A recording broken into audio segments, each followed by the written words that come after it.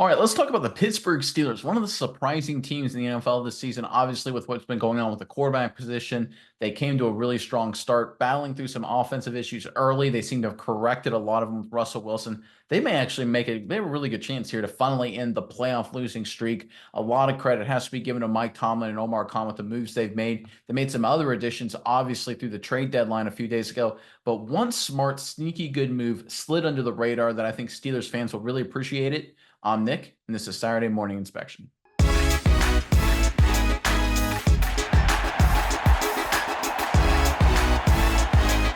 right, the Steelers, like I said, they're a pretty good football team, surprising a lot of people. Couple of ugly losses to the mediocre Cowboys and Colts in the middle there, but outside of that, really good football. They have a few weaknesses they need to address. They've done some of that through the trade deadline, and it looks like they kind of made another sneaky good move as well. Let's pull up this report, courtesy of Steelers Wire. Lost in the pair of trades that the Pittsburgh Steelers made on Tuesday was the sneaky addition, there's that word again, of defensive tackle Dominique Davis to the team's practice squad. Davis is a 6'2", 326-pound defensive tackle from Division II UNC Pembroke. The addition makes sense for a Steelers team with only 5 defensive linemen currently on the roster. Pittsburgh recently placed backup nose tackle Montravius Adams on IR, leaving them without a backup and leaving the Steelers exposed in their run defense. No one is saying Davis is going to suddenly resurrect his career with Pittsburgh, but his body type fits what the Steelers are looking for, and he should have ample opportunity to earn reps. You know, it's these kind of moves, right? These aren't season-altering moves by any means, but picking up quality depth for cheap, obviously, is just one of those great things that the smart teams do around the trade deadline, and this is an example of this from Omar Khan and the Pittsburgh Steelers. Miles, I'm curious what your thoughts are on this, but first, Pittsburgh fans, in the comment section below, how do you grade how the Steelers have handled the trade deadline with a couple big trades they made? Obviously, the addition here. How would you grade Omar Khan with everything he's done up to this point? You give it an A+, think he's crushed it. B, you want to wait and see. D-, you don't like it, whatever it is. Grade how Omar Khan and the Steelers front office handled the trade deadline this year in the comment section below. But Miles, what are your thoughts on this Steelers move specifically here? Yeah, Nick, I think this is really great move for the Steelers. As we said, this isn't going to be a starter for the Steelers. This isn't going to be the savior of the Steelers season. Their season's already pretty good, so I don't know why I'm saying savior. That's not exactly what I meant, but you get the point. This isn't going to resurrect Davis's career in itself.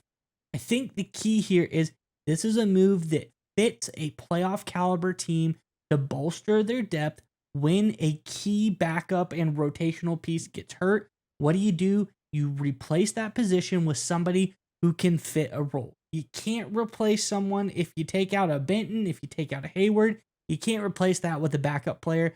So you have to get a player that fits a certain role.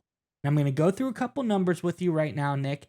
Let's say 305 pounds, 306 pounds, 295 pounds. That's the size of the 3 interior defensive linemen across the Steelers front. No one's as big as this guy, 300 and almost 30 pounds.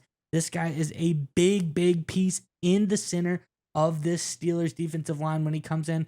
Like the article said, this guy can be big in runtime defense situations. I think that this was a really good move for the Steelers, Steelers defense, it's really great. It's number 2 in the NFL, just behind the Detroit Lions.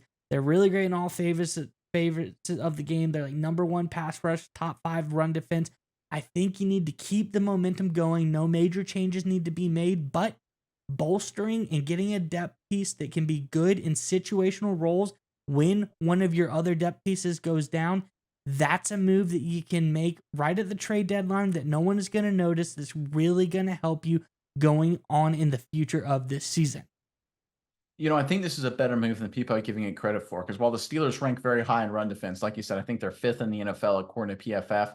Nose tackle play is not the reason why. Keanu Benton this season, according to PFF, he has a run defense grade of 43.3. That is not good, folks. For those of you who are a few years out from taking any grade school classes, a 43 is an F, not what you want to see from someone lining up at the nose tackle position.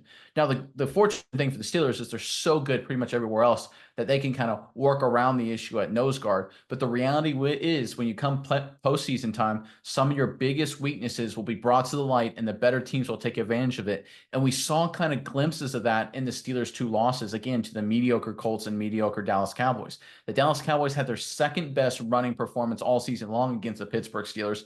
And the Cowboys, if they're not the worst rushing team in the NFL, they're the second worst, right? They are a terrible running football team this year, and they did a pretty solid job against the Pittsburgh Steelers in Pittsburgh. I think a big reason why is interior defensive line play. Frankly, Keanu Benton is not getting it done. They need someone to come in there and add some beef inside. It's not going to change that dichotomy. Obviously, a huge amount. Keanu Benton's still going to play a lot, but I think this move right here at least gives them a chance to maybe address the issue a little bit when it comes to those big moments, right? Can they get a guy in the postseason, instead of giving up 5 yards on first down and get to 2nd and 5, make it a 2 or 3 yard run, get to 2nd and 7, 2nd and 8, so your great pass rushers can go to work. The Steelers have to get a playoff victory this year. They've done a lot of good things this offseason that worked out really well. I love a lot of the moves. I love, frankly, all the moves they made so far at the trade deadline. The one weakness to me, the biggest concern outside of the injuries they've had to deal with, is this nose tackle position. And I love the fact they made a smart addition on the cheap to hopefully, in some key moments, add some depth to this group.